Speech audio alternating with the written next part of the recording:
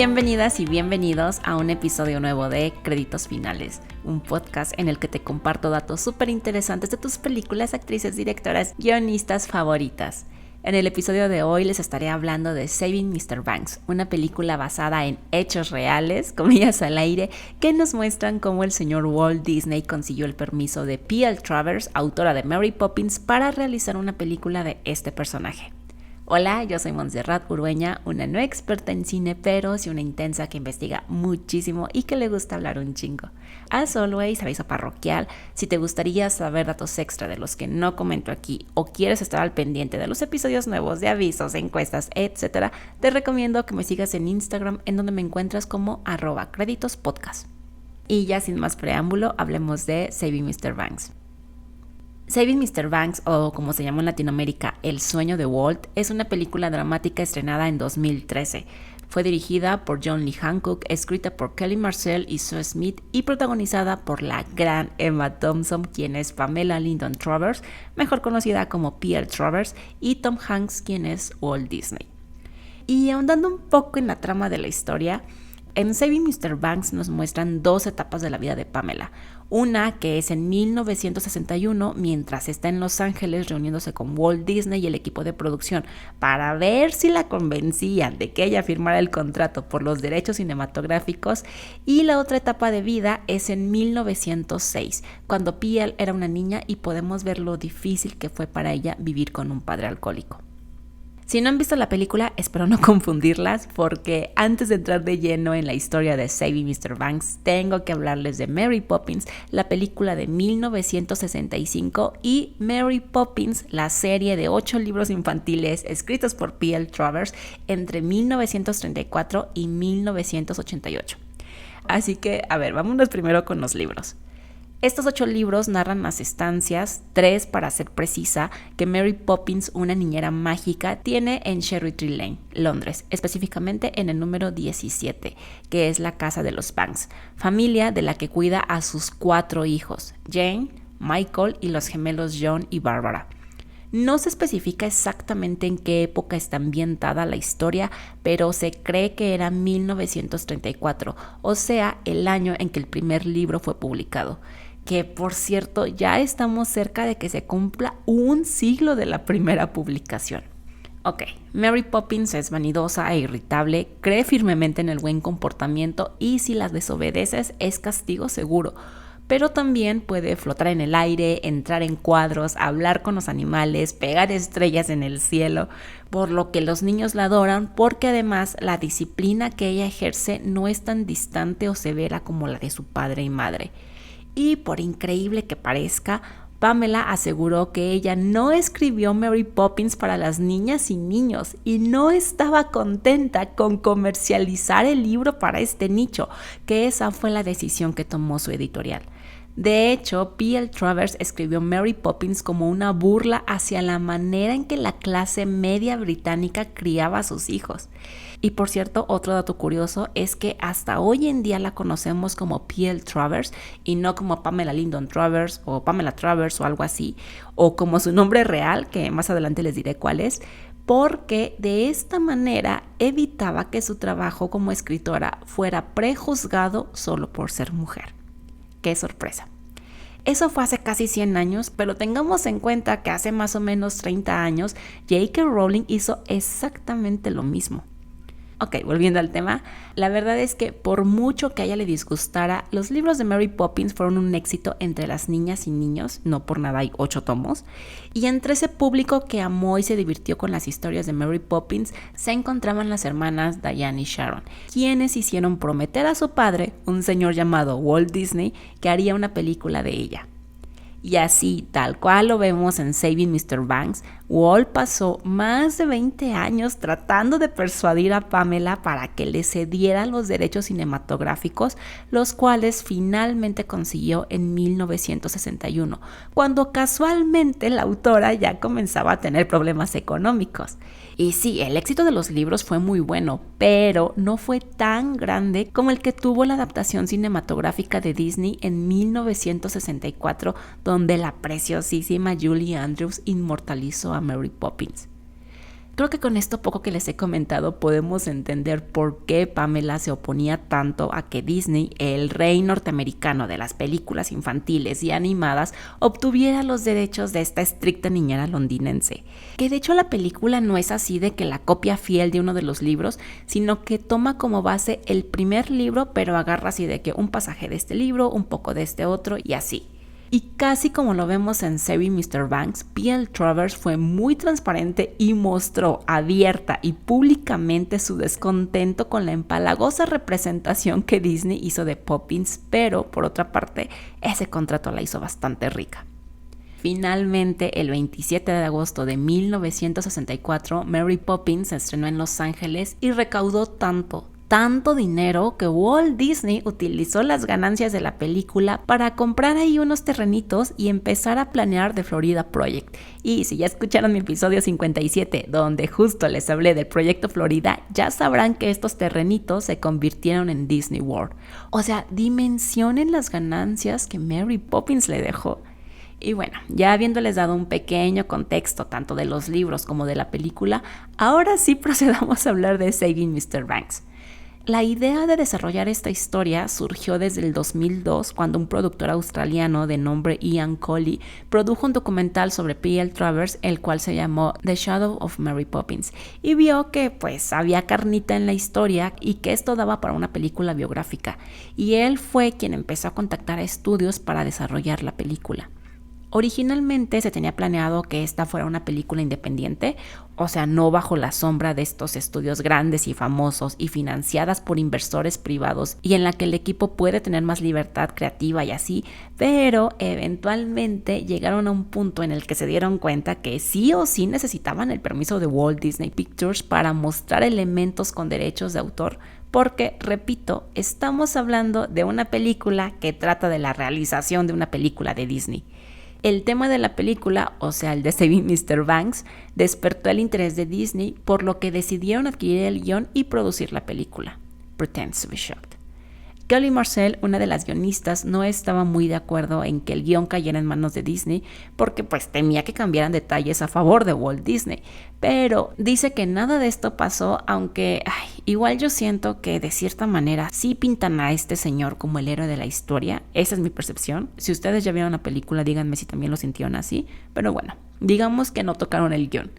La verdad es que este movimiento de ser producidos por Disney no fue tan malo porque una vez teniendo este respaldo, el equipo de producción tuvo acceso a 36 horas de grabación de audio de P.L. Travers dando indicaciones y órdenes al co-guionista de Mary Poppins, Dondi Grady, y los hermanos Sherman, que si recordarán, estas escenas son partes súper importantes en la película.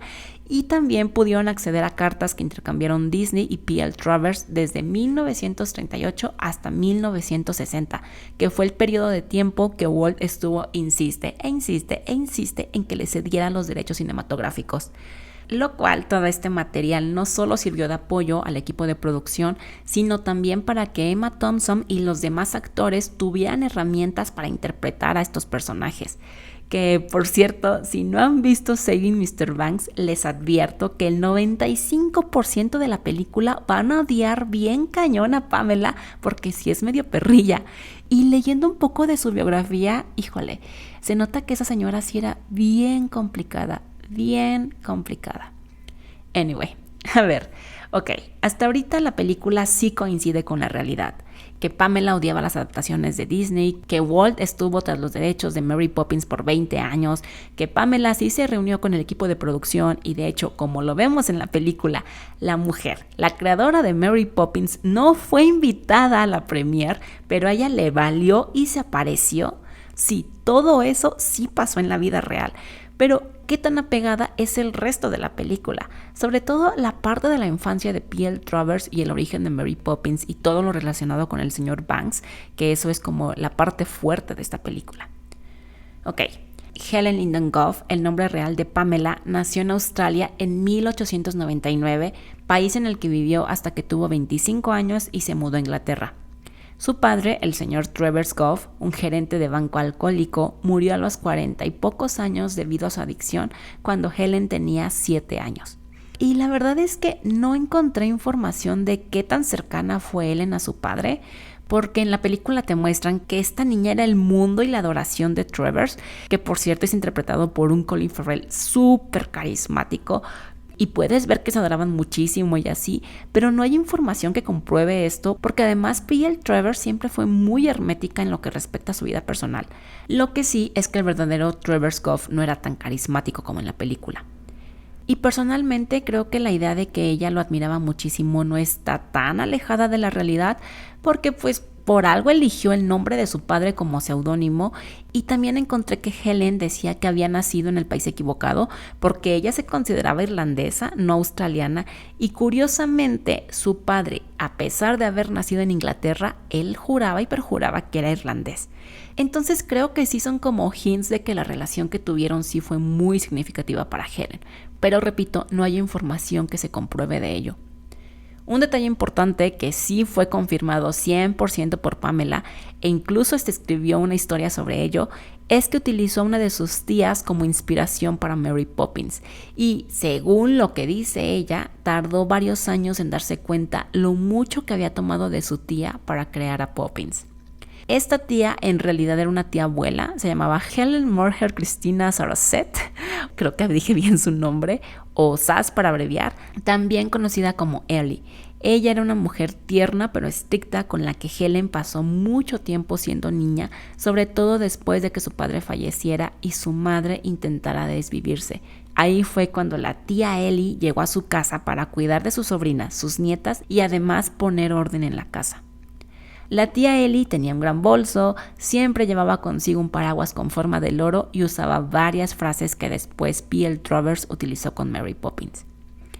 Entonces, a ver, si la tía Ellie, con este outfit tan característico, llegaba a casa de la pequeña Helen a poner orden, ¿la familia Banks es una representación de la familia Goff? ¿Es real esa parte tan emotiva de cómo Walt convence a Pamela de otorgarle los derechos, cambiando el final y ablandando al señor Banks porque se dio cuenta que muy en el fondo ese era el final que quería Pamela para su padre?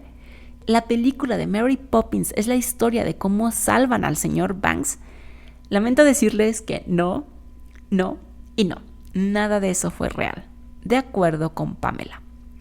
Y es que les digo que esta mujer fue muy hermética con su vida privada, pero ella juró y perjuró y volvió a jurar que cero se basó en su infancia o en su familia o en sus carencias para la familia Banks. Y casi que les decía, deja de estar chingando con eso a las personas que tenían la osadía de preguntarle esta relación. Y de hecho al final de Saving Mr. Banks vemos a esta Pamela más humana, o sea, nada que ver con la que aparece en toda la película, porque la mujer está sentada en el cine el día de la premiere viendo los últimos minutos de la película, que es cuando el señor Banks repara el papalote de sus hijos y cantan y son felices y así.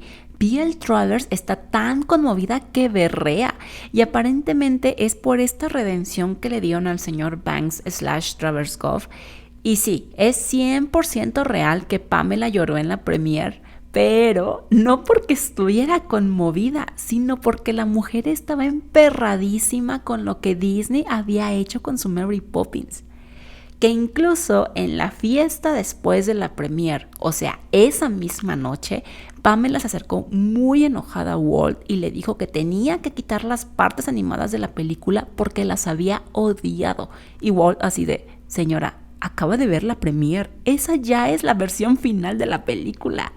Me habría encantado decirles que la historia real es tan conmovedora como la que vimos en Saving Mr. Banks, que P.L. Travers se mostró sensible o menos autoritaria y arrogante, o la historia de cómo una infancia difícil da como resultado a esta mujer tan fría, pero que después cambia y así, pero no puedo decirles eso porque no pasó.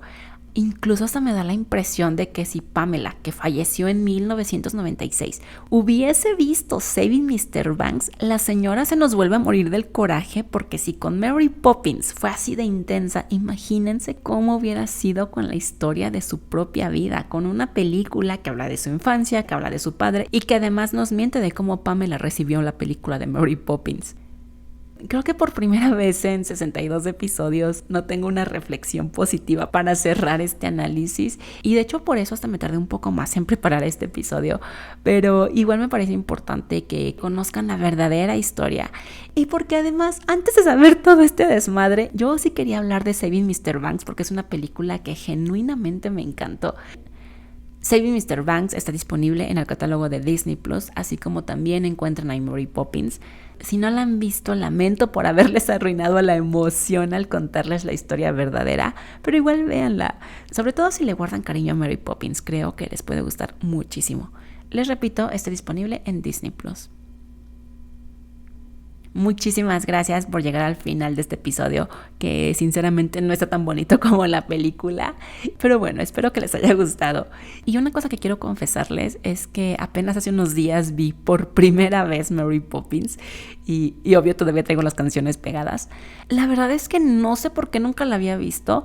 Me acuerdo que hace unos 10 años, justo cuando vi Saving Mr. Banks, me dieron ganas de verla, pero hasta ahí quedó, y este fin sí dije, no, sí tengo que verla, y me puse a verla estando en casa de mis papás, y en algún punto mi mamá se sentó a verla conmigo, y estaba así de que cantando las canciones, a pesar de que tenía décadas sin escucharlas. Pero bueno, cuéntenme qué les pareció este episodio, si ya vieron Saving Mr. Banks, si también se nefastearon con la actitud de Pamela, díganme si aman Mary Poppins. Ya saben que cualquier comentario me lo pueden hacer llegar a mi cuenta de Instagram, @creditospodcast, donde también les invito a que me hagan recomendaciones de películas, personajes, directoras, guionistas que les gustaría que analice por acá. Les repito, @creditospodcast. También les recuerdo darle seguir al podcast en la plataforma en la que me estén escuchando, y si activan la campanita les llegará una notificación cada martes cuando un episodio nuevo ya esté publicado. Si encuentran interesantes estos episodios, les invito a que me apoyen compartiéndolo en sus redes sociales y recomendándolo a todos sus conocidos.